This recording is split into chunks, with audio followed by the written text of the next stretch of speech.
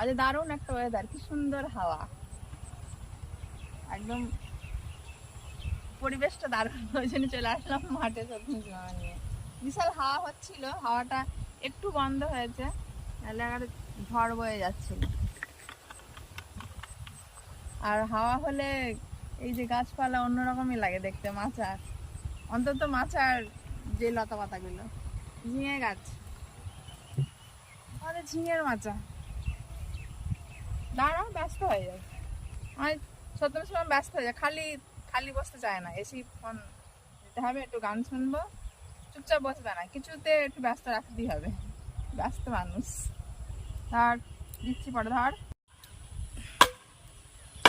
শশার মাচা নাকি, মাচা দিতে আর হবে।